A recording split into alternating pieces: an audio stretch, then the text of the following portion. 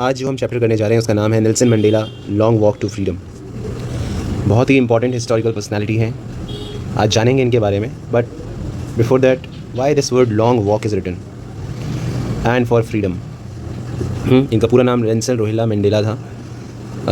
Late us read about something before we read the chapter. एक term हमारे सामने आ रहा है, अपार्थीड, APARTHEID। क्या होता है ये? It is a political system that separates people according to their race. आपकी रेस के अकॉर्डिंग आपको सेपरेट कर दिया जाता है ना। आप वाइट हैं, आप ब्लैक हैं, आप साउथ अफ्रीकन हैं, आप ऑस्ट्रेलियन हैं, तो रेस के बेस पे डिस्क्रिमिनेशन होता है। Then they are asking a question, can you say which of the 3 countries name below had such a political system until very recently? तो इसका आंसर है South Africa. Have you heard of Nelson Mandela? Mandela and his African National Congress spent a lifetime fighting against apartheid. It's a very important line which also shows the amount of struggle they have done to remove this system of apartheid. इसीलिए chapter में आप देख रहे हैं long walk लिखा हुआ है। Life time है ना, पूरी ज़िंदगी लगभग उन्होंने किसके अगेंस्ट लगा दी? अपार्थीड के। If you look at India, we have seen many freedom fighters, they have given their whole life for the freedom of our nation, India's struggle for independence. Mandela had spent 30 years in prison. Mandela ने ऐसा किया किसके लिए? लोगों के लिए किया। He did all this for his people. Finally, democratic elections were held in South Africa in 1994. और 1994 में साउथ अफ्रीका में पहला डेमोक्रेटिक इलेक्शन हुआ and Mandela became the first black president of a new nation. पहले black president बने वो। In this extract from his autobiography, Long Walk to Freedom, Mandela speaks about a historic occasion, the inauguration. एक ऐतिहासिक event था जिसका नाम था the inauguration. क्या ओकेजन होगा ये? BBC का एक न्यूज़ आइटम है, डेट है 10 मई 1994। देखते हैं क्या हुआ था इस दिन। Mandela becomes South Africa's first black president, ये हेडलाइन थी। Nelson Mandela has become South Africa's first black president after more than 3 centuries of white rule. 3 centuries of white rule का मतलब कितना होता है? अंग्रेज़ों ने इंडिया पे लगभग 200 साल राज किया। 3 centuries का मतलब हो गया almost 300 years.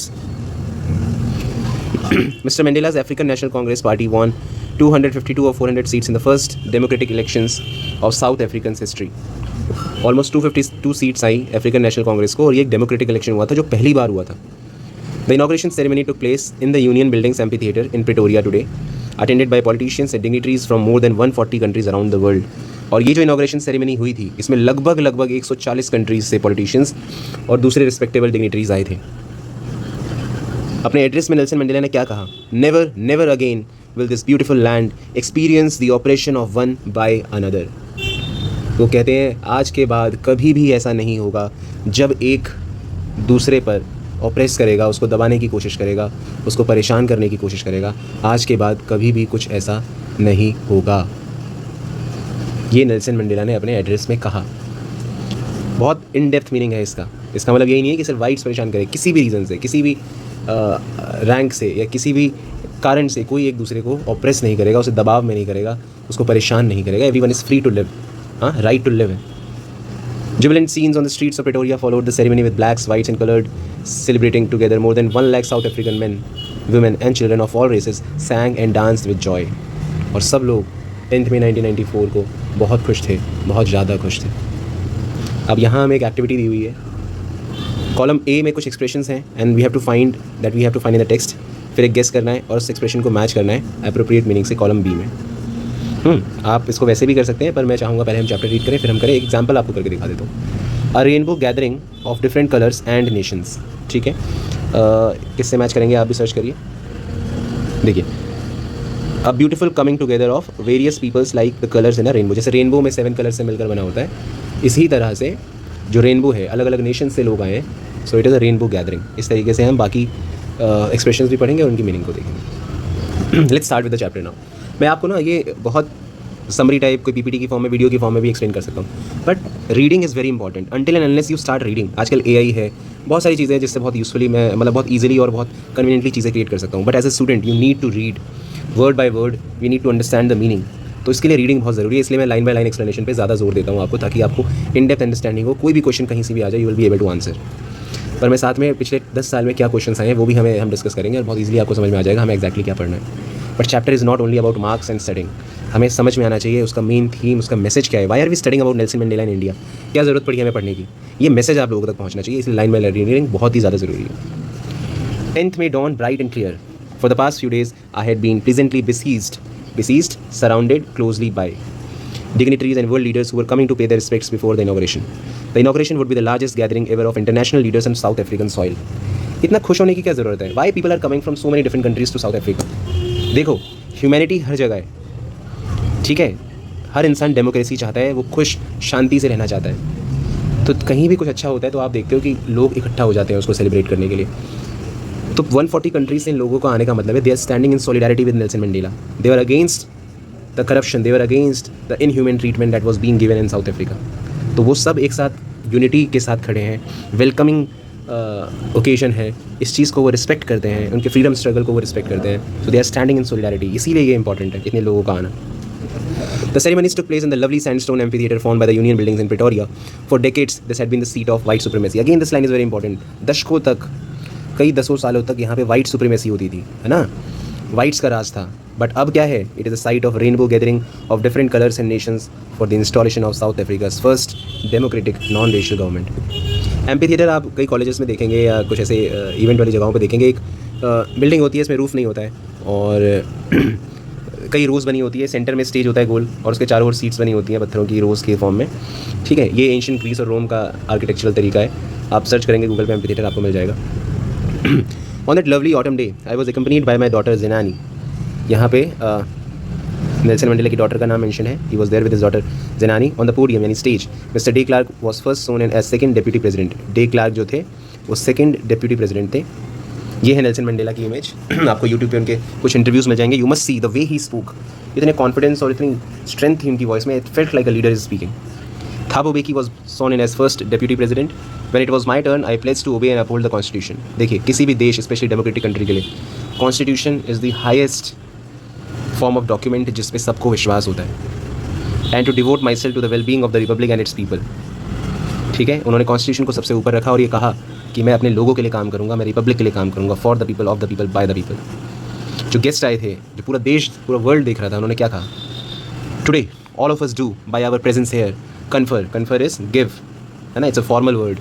Confer glory and hope to newborn liberty, एक नई लिबर्टी का जन्म हुआ है। Out of the experience of an extraordinary human disaster it lasted too long must be born a society of which all humanity will be proud, है ना। इतने सालों के डिस्क्रिमिनेशन के बाद अब एक ऐसी सोसाइटी का जन्म होगा that whole humanity will be proud of it. We who were outlaws not so long ago have today been given the rare privilege to be host to the nations of the world on our own soil. हमें अपनी ही धरती पर apartheid policy के वजह से हमें कहा गया था हम आउटलॉज हैं, लॉ ब्रेकर्स हैं और हमारे साथ डिप्लोमेटिक रिलेशंस कंट्रीज़ ने तोड़ लिए थे। लेकिन आज we are hosting all these nations. We thank all our distinguished international guests for having come to take possession with the people of our country of what is after all a common victory। क्यों, मैंने आपसे एक question कहा था, क्यों इतने लोग इकट्ठे हुए हैं? Because it is a common victory for justice, peace and human dignity। Her country चाहती है कि वहाँ जस्टिस हो, वहाँ पीस हो, वहाँ ह्यूमन डिग्निटी हो, ह्यूमन रिस्पेक्ट हो। We have at last achieved our political emancipation। Emancipation is freedom, freedom from restriction। अब आप पे किसी तरह की कोई बंदिश, इलीगल बंदिश या अनजस्ट बंदिश नहीं है। We pledge ourselves to liberate all our people from the continuous bondage of poverty। अब कोई गरीबी नहीं है, कोई डिप्रिवेशन नहीं है, कोई सफरिंग नहीं है, जेंडर और दूसरी तरह का कोई डिस्क्रिमिनेशन यहाँ पर नहीं होगा। Never, never and never again shall it be that this beautiful land will again experience the oppression of one by another। The sun shall never set so glorious a human achievement। Let freedom win, God bless Africa। और वो इन words पे अपनी speech को ख़त्म करते हैं। अब यहाँ पे क्वेश्चन है सेरेमनी कहाँ हुई थी, वी हैव ऑलरेडी सीन, ठीक है। कोई और बिल्डिंग ऐसी पब्लिक बिल्डिंग सैंडस्टोन से बनी हो, आपको नाम देने हैं। कैन यू से how 10 May is an autumn day in South Africa? ये एक सवाल आपको जवाब देना है। कितने तरह के सीज़न होते हैं? समर, विंटर, रेनी, ऑटम और स्प्रिंग, है ना। तो ऑटम में क्या होता है? पुराने लीव्स ब्रेक डाउन होते हैं और नए लीव्स ग्रो करते हैं। So it's a kind of autumn day for south Africa. At the beginning of his speech Mandela mentions N extraordinary human disaster. इतने सालों का जो वाइट सुप्रीमेसी का डिस्क्रिमिनेशन था, that's an extraordinary human disaster. What does it mean by this? Glorious human achievement, the freedom from apartheid, it's a glorious human achievement. He speaks at the end. International leaders को क्यों thank करता है? Because जो diplomatic relations उन्होंने break कर लिए थे, now they have become the host to welcome all these nations and he thank them for coming here on this beautiful occasion. South Africa के लिए क्या आइडिया सेट किया उन्होंने? हम एक ऐसी सोसाइटी बनाएंगे जहाँ किसी तरह का कोई डिस्क्रिमिनेशन नहीं होगा, कोई पॉवर्टी नहीं होगी, कोई डिप्रिवेशन नहीं होगा, एक जस्ट सोसाइटी होगी जहाँ पे सब खुश होंगे। A few moments later, we all lifted our eyes in awe as a spectacular array of South African jets. आप इंडिया गेट पे देखते होंगे रिपब्लिक डे पे कैसे वो जेट्स उड़ते हैं. So it's an impressive display, very attractive. Helicopters होते हैं, troop carriers roared in a perfect formation over the Union buildings. It was not only a display of pinpoint precision and military force, but a demonstration of the military's loyalty to democracy. This is also a representation of their loyalty to democracy, to a new government that had been freely and fairly elected. Only moments before, the highest generals of the South African Defence Force and police, their jets bedecked with ribbons and medals from days gone by, saluted me and pledged their loyalty. यहाँ एक बहुत important बात लिखी है, देखो. I was not unmindful of the fact that not so many years before they would not have saluted but arrested me. कुछ साल पहले इन्हीं ऑफिसर्स ने उनको अरेस्ट किया था, पर आज जब एक डेमोक्रेटिक फॉर्म ऑफ गवर्नमेंट मिली है तो उन्होंने उनको क्या किया? सैल्यूट किया. Finally as chevron of Impala jets left a smoke trail of the black, red, green, blue and gold of the new South African flag. Chevron क्या है? It's a pattern in the shape of V. जो planes उड़ते हैं ना वो V shape में parade में, तो वो chevron है. The day was symbolized for me by the playing of our two national anthem and vision of white singing Kosi Sikala Rai Africa and black singing Thy Stem. दोनों national anthem वहाँ गाए गए थे, whites के भी और blacks के भी. उस दिन तो उन दोनों ग्रुप्स को लिरिक्स नहीं पता थे, क्योंकि एक दूसरे के एंथम को क्या करता था, they had very low opinion, despise करते थे. बट जल्दी ही उनको दोनों एंथम्स याद हो जाएंगे. On the day of the inauguration, I was overwhelmed with a sense of history. I was in the first decade of the 20th century, a few years after the bitter Anglo-Boer War. And before my own birth, the white-skinned people of South Africa patched up their differences and erected a system of racial domination against the dark-skinned people of their own land. The structure they created formed the basis of the most. इन्होंने जो किया था, जो government ऐसी बनाई थी, सबसे harsh, most inhuman society of world बनाई थी, जहाँ क्लियर कट डिस्क्रिमिनेशन होता था डार्क स्किन पीपल के साथ. Now the last decade of the 19th century, लेकिन लास्ट डेकेड में आते आते 1990s में, and my own 8th decade as a man, that system had been overturn. लेकिन अभी पूरा सिस्टम रिवर्ट हो गया है and replace by recognizing the rights and freedoms of all the people regardless of their colour of their skin. Apartheid अब नहीं रहा है, डेमोक्रेसी आ गई है. That day had come about through the unimaginable sacrifices of thousands. और ये इतनी आसानी से नहीं आया है. It is due to the sacrifices of thousands of my people, जिनकी suffering, courage ना तो कभी काउंट की जा सकती है, neither we can repay it. I felt that day as I have on so many other days that I was simply the sum of all those African patriots who had gone before me. और Nelson Mandela को यह एहसास होता है कि वो अकेले नहीं है, बल्कि वो सम है उन सारे अफ्रीकन पैट्रियट्स का जिन्होंने उनसे पहले अपनी जान गंवा दी to provide a just society to South Africa. That long and noble line ended and now began again with me. I was pained that I was not able to thank them and that they were not able to see what their sacrifices had wrought. Wrought means achieved. हमने क्या achieve कर लिया. उनको इस बात का बुरा भी लग रहा है कि काश आज वो होते, उन्हें दिखा पाते कि साउथ अफ्रीका के लिए जो हमने इतने स्ट्रगल किया, आज साउथ अफ्रीका ने वो अचीव कर लिया है. The policy of apartheid created a deep and lasting wound in my country and my people. All of us will spend many years, if not generations, recovering from the profound hurt. Profound का meaning होता है deep. इतनी जो suffering उन्होंने सही है इतने सालों, वो इतनी आसानी से नहीं जाएगी. But the decades of oppression and brutality had another unintended effect, and that was that it produced the Oliver Tambos, Walter Sissolas, Chief Luthulus, Yusuf Dadus, Bram Fisher, the Roberts of our time, men of such extraordinary. ये कुछ apartheid के against जिन्होंने struggle किया था, वो prominent names हैं जिन्होंने बहुत अपनी तरफ से एफर्ट्स लगाए. लेकिन इनके बारे में नेल्सन मंडेला क्या कहते हैं? Man of such extraordinary courage, wisdom and generosity. 3 qualities इन्होंने गिनाई है. ये इनके पास एक्स्ट्राऑर्डिनरी करेज था, इनके पास वो विजडम थी और इनके पास वो जनरॉसिटी थी. और इनके जैसे हमें दोबारा मिलना बहुत मुश्किल है. Perhaps it requires such depths of operation to create such heights of character. तो उन्होंने जितना ऑपरेशन सहा था 300 सालों का, तभी सच हाइट्स ऑफ कैरेक्टर. हम लोग बहुत बच्चे हम प्रेशर से डरते हैं. जितना प्रेशर होता है ना, हम उतना एफर्ट जब लगाते हैं तो हम उतना शाइन करते हैं, उतनी मेहनत करते हैं. My country is rich in the minerals and gems that lie beneath its soil, but I have always known that its greatest wealth is its people, finer and truer than the purest diamonds. वो कहते हैं मेरी country में बहुत तरीके के minerals हैं, James हैं, हीरे जवाहरात हैं, बट ट्रू जेम मेरी कंट्री के कौन है? वो लोग जो डायमंड से भी ज़्यादा सच्चे और फाइन और प्योर हैं. It is from these comrades in the struggle that I learned the meaning of courage. Again, this is very important. यहाँ आपको मिलेगी courage की definition. What is the meaning of courage? Time and again I have seen such men and women risk and give their lives for an idea. I have seen men stand up to attacks and torture without breaking, showing a strength and resilience that defies the imagination. I learned that courage was not the absence of fear, but the triumph over it. ये बहुत खूबसूरत word है, resilience. Ability to deal with any kind of hardship and recover from its effects. Resilient होता है कि आप मुसीबत से टकराते हैं, आप हर्ट होते हैं, आप दोबारा एफर्ट करते हैं, दोबारा कोशिश करते हैं, हार नहीं मानते. और इनके स्ट्रगल्स को देख करके नेल्सन मंडेला को करेज की डेफिनेशन भी मिली. That it is not the absence of fear. ऐसा नहीं होगा कि आपको डर ही नहीं लगेगा, आपको डर लगेगा, बट आप उस डर को जीत भी पाओगे. But the Triumph over it, है ना, डर के आगे जीत है. माउंटेन ड्यू का हैड आता था ना, डर के आगे जीत है. खैर, डर आपको लगेगा पर आप एफर्ट लगाएंगे और उस डर पे जीत के आएंगे. The brave man is not he who does not feel afraid, but he who conquers that fear. तो साहसी इंसान कौन होता है? वो नहीं होता जिसको डर नहीं लगता, बल्कि जिसको डर लगता है पर वो अपने डर पर जीत पाता है. No one is born hating another person. Again second concept. एक तो आपको करेज की डेफिनेशन मिल गई, दूसरा है दूसरा पॉइंट जो है यहाँ पे वो है हेट और लव के बारे में। इससे क्वेश्चंस आते हैं, इसीलिए मैं डिटेल में बता रहा हूँ। No one is born hating another person because of the colour of his skin और इज बैकग्राउंड और इज रिलीजन। आप छोटे बच्चों को देखना, बहुत साथ में खेलते हैं, लड़ते हैं, फिर मिल जाते हैं, तो they do not discriminate each other on the basis of the colour of the skin, या वो किस बैकग्राउंड से आ रहे हैं और किस रिलीजन से आ रहे हैं, सब कुछ शेयर करके खाते हैं। People must learn to hate, लेकिन हम नफरत करना ज़रूर सीखते हैं। And if they can learn to hate they can be taught to love, और अगर उन्हें नफरत करना सिखाया जा सकता है तो they can be taught to love also. For love comes more naturally to human heart than its opposite. और प्यार जो है इंसान में स्वाभाविक रूप से आता है, नेचुरली आता है, ठीक है। तो लोगों को नफरत करना सिखाना चाहिए, क्योंकि अगर नफरत करना सिखाएंगे तो प्यार करना बहुत जल्दी सीख जाएंगे। Even in the grimmest times in prison when my comrades and I were pushed to our limits I would see a glimmer of humanity in one of the guards. जब उन्हें बहुत टॉर्चर किया जाता था प्रिजन में, तो उन्हें glimmer मतलब एक शाइन दिखती थी ह्यूमैनिटी की किसी किसी गार्ड में, भले ही थोड़े सेकंड के लिए, but it was enough to reassure me and keep me going. और वो काफ़ी था उनके लिए, मतलब इतना जो हेट उनके अंदर दिख रहा है, उनको पनिश किया जा रहा है, टॉर्चर किया जा रहा है, पर वो हल्की सी होप, वो ह्यूमैनिटी जो उनकी आंखों में दिख जाती थी, that would keep them going. Man's goodness is a flame that can be hidden but never extinguished. बहुत इंपॉर्टेंट लाइन है।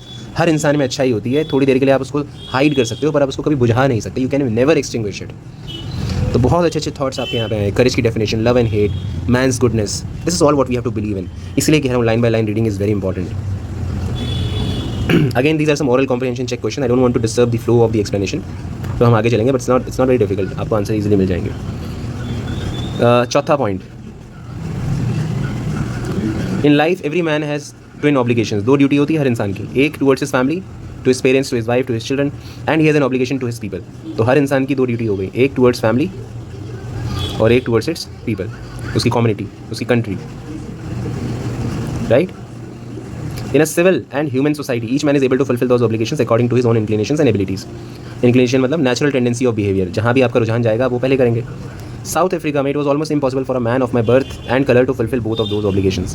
साउथ अफ्रीकन में अगर कोई ब्लैक है तो वो दोनों ड्यूटीज़ करना उसके लिए बहुत मुश्किल है। क्यों? South Africa man of colour who attempted to live as a human being was punished and isolated. अगर साउथ अफ्रीका में कोई ह्यूमन बींग थी रहने की तरह कोशिश करता था तो उसको पनिश किया जाता, उसको आइसोलेट किया जाता था। अगर वो अपने लोगों के लिए काम करता था, he was inevitably ripped from his family and his home and was forced to live a life apart, a twilight existence of secrecy and rebellion. I did not in the beginning choose to place my people above my family, but in the attempting to serve my people, I found that I was prevented from fulfilling my obligations as a son, a brother, a father and a husband. उन्हें धीरे धीरे realise हुआ इस apartment system में ना तो वो अपनी ड्यूटीज एज अ सन निभा पा रहे थे, ना ब्रदर, ना फादर, ना हस्बैंड, और वो अपने लोगों के लिए भी कुछ नहीं कर पा रहे थे।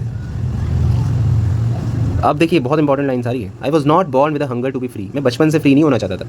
आई वॉज बॉर्न फ्री, मैं तो फ्री था, free in every way that I could know. मैं अपनी फील्ड्स में जाके भाग सकता था, near my mother's hut, free to swim, कहीं भी जाके स्विम कर सकता था, free to roast mealies under the stars and ride the broad backs of slow moving bulls, as long as I obeyed my father and abided by the. जब तक मैं अपने पिताजी की बात मानता था एंड अबाइडेड यानी followed the customs of my tribe, I was not troubled by the laws of man और God.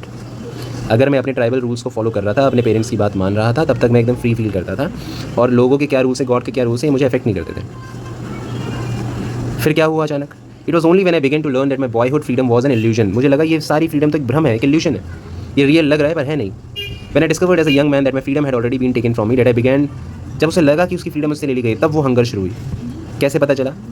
Eight first as a student I wanted freedom only for myself, the transitory freedoms of being able to stay out at night. As a student मेरे को रात भर बाहर रहना होता था, जो मन कर रहा था वो पढ़ना है, जहाँ जाना चाहता हूँ वहाँ जाना चाहता हूँ। But later as a young man in Johannesburg, I yearned for the basic and honorable freedoms of achieving my potential, of earning my keep, of marrying and having a family, the freedom not to be obstructed in a lawful life. मुझे ये सब भी करना था। I wanted to marry, I wanted to have a family, I wanted to earn, है ना? But then I slowly saw that not only was I not free, but my brothers and sisters were not free. फिर धीरे धीरे मैंने realise हुआ मैं तो free नहीं हूँ, मेरे ब्रदर सिस्टर्स भी फ्री नहीं है। It was not just my freedom that was curtailed. Curtailed मतलब reduced। ऐसा नहीं है कि सिर्फ मेरी फ्रीडम को कम किया जा रहा है, पर जो भी मेरी तरह दिखता था उन सबकी फ्रीडम छीनी जा रही थी। जी मेरी तरह दिखने का मतलब क्या है? ब्लैक्स। और तब नेल्सन मंडेला ने ज्वाइन किया अफ्रीकन नेशनल कांग्रेस।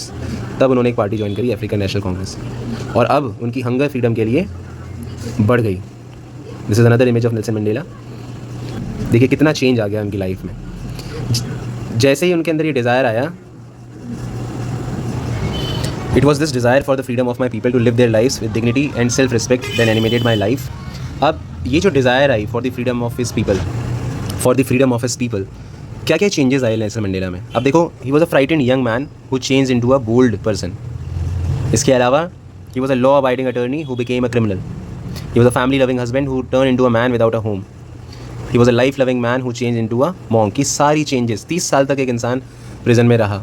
हाँ, so these are all the changes and for the cause of the good of his people. अपने लिए नहीं, पर्सनल के लिए नहीं, इंसान दूसरे के लिए 2 मिनट वेट करने के लिए भी, कुछ हेल्प करने के लिए भी मना कर देता है। और एक इंसान ने अपनी ज़िंदगी के 30 साल निकाल दिए अपने लोगों के लिए, और जिनमें से बहुत लोग थैंकफुल भी नहीं होते। हम कई बार ये कंप्लेन करते हैं, लोगों की मत करते हैं, they are not thankful, they take for granted, but still this man whatever he contributed to the society for the welfare of the people of South Africa, it takes great courage. He was a true leader. I am no more virtuous or self-sacrificing than the next man, but I found that I could not even enjoy the poor limited freedoms I was allowed when I knew my people were not free. तो छोटी छोटी freedom भी वो enjoy नहीं कर पा रहे थे, है ना, क्योंकि उनको बार बार ये एहसास होता था कि उनके लोग तो सब बंधे हुए हैं। Freedom is indivisible. अगर 2-4 लोग भी आपकी कम्युनिटी के चेन्स में हैं, it means these chains are on all the people. अगर आप सेल्फिश होकर सोचिए यार उसका बुरा हो रहा है, हमें क्या करना, तो हमें क्या करना, या we are not part of it, never works for the humanity. एक और बहुत इंपॉर्टेंट ऑब्जर्वेशन नेल्सन मंडेला की रही है, और वो है ऑपरेसर और ऑपरेस्ड के रिलेशन के ऊपर। उनका मानना है any man who takes another man's freedom is a prisoner of hated. अगर किसी ऑपरेसर को लगता है कि वो आज़ाद है, ही इज़ फ्री, और वो दूसरे पे अपना कंट्रोल चला रहा है, so he is in some illusion, he is living in an illusionary world. क्योंकि वो प्रिजनर किसका है, हेट्रेड का। वो नफरत उसको कंट्रोल कर रही है, जो भी एक्शंस वो ले रहा है वो नफरत की वजह से ले रहा है। So he is locked behind the bars of prejudice and narrow minded है। उसकी सोच छोटी है, तो उसके ऐसे थॉट्स, उसके प्रेजुडिस बन चुके हैं, एजम्पशंस बन चुकी है कि ऐसा होता है वैसा होता है, वो ह्यूमैनिटी से दूर है। So he is himself prisoner. तो सिर्फ ऑपरेस्ड प्रिजनर प्रिजन में नहीं है, ऑपरेसर भी प्रिजन में है। तो मैं कंप्लीटली फ्री नहीं हूँ if I am taking someone else's freedom. Oppressed and oppressor alike are robbed of their humanity. दोनों से ह्यूमैनिटी छीन गई है। तो इस चैप्टर में he gave us the definition of courage, love and hate relation, oppressed और oppressor का relation, the desire for freedom, the desire for a just society, years of struggle, leadership quality, duties of a man towards family and society। बहुत ही बेहतरीन chapter है। I hope I have explain you well. जो भी pointers मैंने आपके साथ discuss किए हैं, मेजॉरिटी ऑफ क्वेश्चंस इन्हीं एरियाज से आते हैं। So in the next class will discuss the questions that came in the previous year. Thank you so much.